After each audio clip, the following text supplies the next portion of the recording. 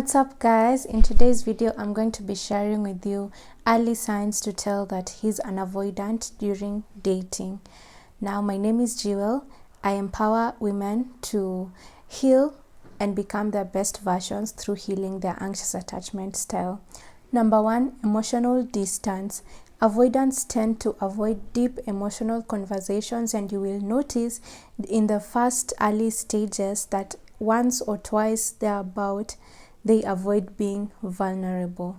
Now, just to point out that it is quite difficult to tell in the first few weeks of being in a relationship with them if you haven't really mastered these tiny details about avoidance, or if you haven't had an online test or just a test to see whether they are avoidants or not.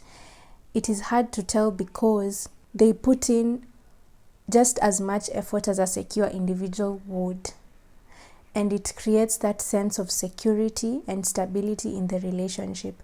But unfortunately, that stability is shaken as time goes by, and if you are an anxious attached individual, it affects you mentally, because then you start behaving in protestful behaviors. You're behaving in ways that are not healthy to the relationship because you want to get the attention that was initially there in the relationship. So it is important to understand these types of signs earlier on so that you can know the best way forward, whether you will be able to tolerate it or whether you will decide to cut it off and move on with your life. Sign number 2 is the need for space.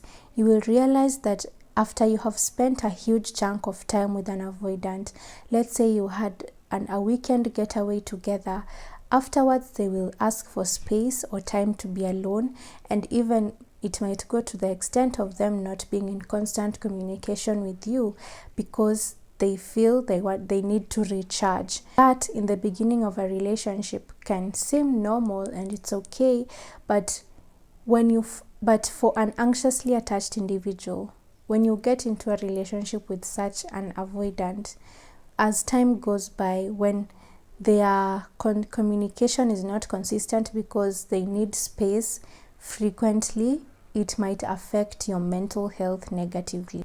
Number 3 is avoiding commitment. You will realize that this guy doesn't want to attach a tag to what you have. They don't want to either propose, make you their wife. If it's supposed to be going to parents, that is something that they don't want to do. They just want it to remain casual as it is. Number 4 is minimal intimacy.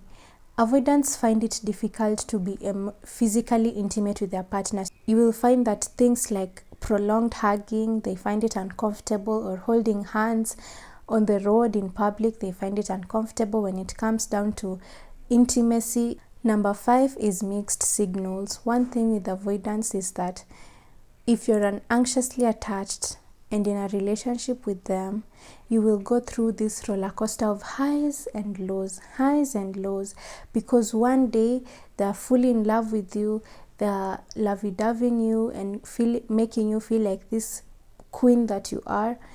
Then the next minute or the next day, not even next minute, literally the next day or after a few days, they are completely cold, they're not talking to you, they just need their own space. This is now the mixed signal that can cause the relationship to go through a very rough path. Number 6 is that they prefer solo adventures or just hanging out with friends over hanging out with you. Number 7 is limited emotional support. When you come to this partner with, let's say you're having a rough time at work and you just want someone to listen and be empathetic, it is hard for them to be empathetic. Now, if to this point you can relate with everything that I'm saying, you can leave a comment down below of your thoughts, your experiences. I would love to just have a one-on-one with you in the inbox. You can also DM me in my Instagram page or in my email. This is my business email right here, psychologistjewel@gmail.com. you can email me and we can have a one-on-one conversation with you. Number 8 is avoiding vulnerability. As I said earlier, avoidants avoid emotional connection.